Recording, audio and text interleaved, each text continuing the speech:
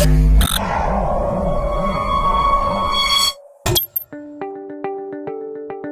and welcome to Smoke Training.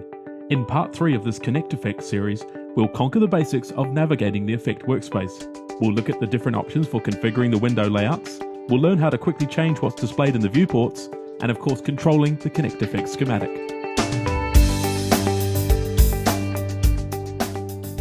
This is the third part of our series exploring Smoke 2013's node-based effects workspace, ConnectFX. Getting to know how to navigate and customize the ConnectFX workspace in Smoke is key to becoming fast and creative, especially when working with clients.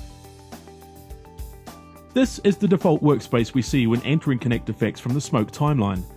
On the left is the media panel. If you need to add any more items to your effect composite, all you need to do is drag them directly into the ConnectFX schematic and join them into the effect flow as required. While inside of ConnectFX, a folder at the top shows you all the source clips that are currently being used inside of the current effect you're working on. Just like in the main editing workspace, the media panel can be hidden so that you have more room to work. From the media panel layout button, choose Hidden. On the left is the ConnectFX schematic.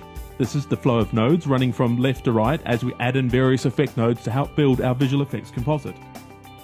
By default, on the right side is the result view. When we click on any node, the visual result of that node is then displayed in this right-hand viewer. Just like in the editing interface, there are presets available for changing the layout of the effects environment. This button here is the viewport layout box.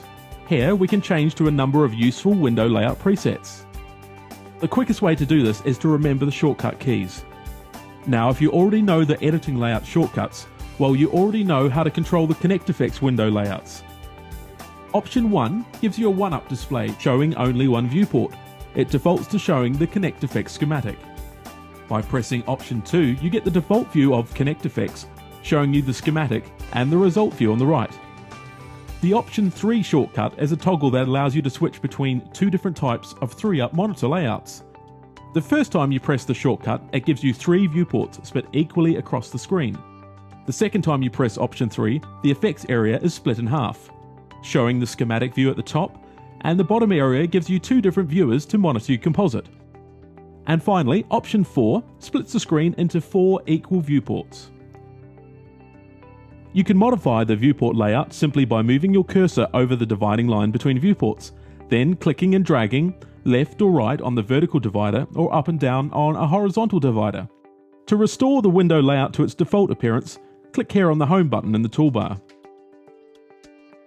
Whenever you click inside of a viewport, a white line surrounding the window indicates that this is the current active viewport. With a viewport active, you can change the zoom level and what is actually displayed by using the viewing tools located here on the toolbar.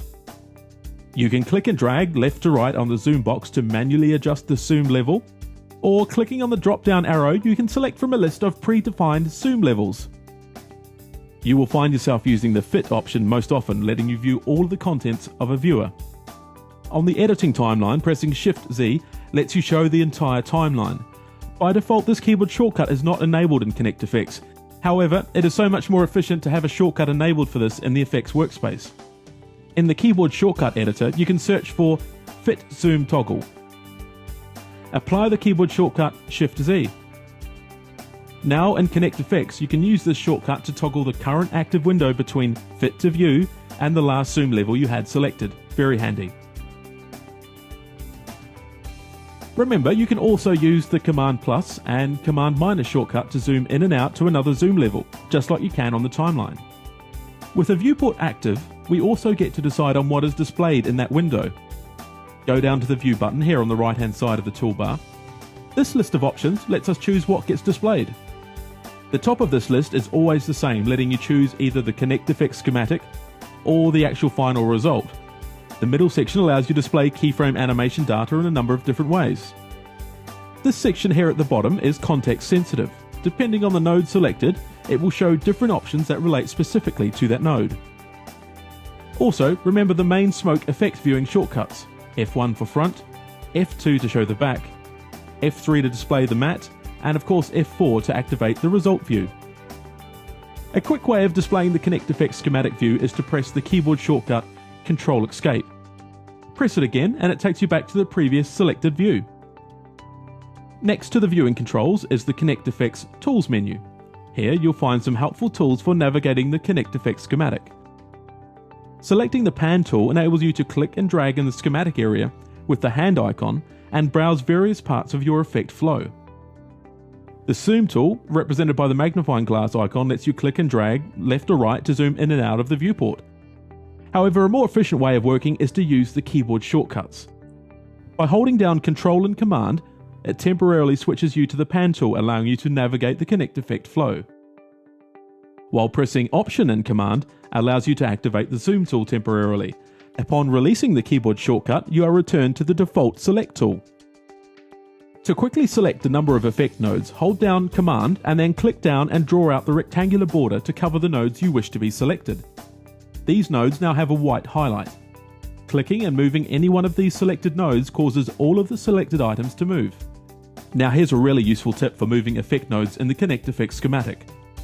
If you hold down Shift and click and drag on a node, everything upstream or previous to it in the effect flow are selected, allowing you easily to move them as a selection. While pressing Shift and Command works in the opposite direction, selecting everything downstream from the node or after it in the ConnectFX pipeline. As your compositions grow in complexity in ConnectFX, you'll need to be able to navigate a large node schematic very quickly. Under the View submenu on the left, there is an option to turn on a viewport navigator. The navigator is displayed in the lower left corner of the viewport. By clicking and dragging inside of the navigator, we can change what is seen in the viewport itself. As we zoom in and out of a viewport, a square area in the navigator indicates what is actually visible. A quick way to turn the navigator on or off is to use the keyboard shortcut, Control, Option and N. As the schematic grows, a useful way to keep it under control is to use node grouping. You can think of it as similar to nesting, whereby you select multiple items and then you collapse it into a single item. But with node grouping, you can still go into the node and have access to all the individual items. Select a number of related nodes. Usually you would group together a number of nodes that help make up a certain part of an effect. Now right-click on any of the selected nodes and choose Group from the pop-up menu. A new blue rectangular node is now shown. It lists all of the nodes contained within the group. The group node will now show available input connectors down the left side, and it will show you all the available output connections down the right side. To access the individual nodes to make further changes, simply double-click the group node. This shows you all the nodes contained within the group, while the rest of the nodes in the ConnectFX schematic are displayed appearing grayed out and they're not able to be selected. To exit out of the group back to the main schematic, click the Exit Group 1 button on the left-hand side of the toolbar.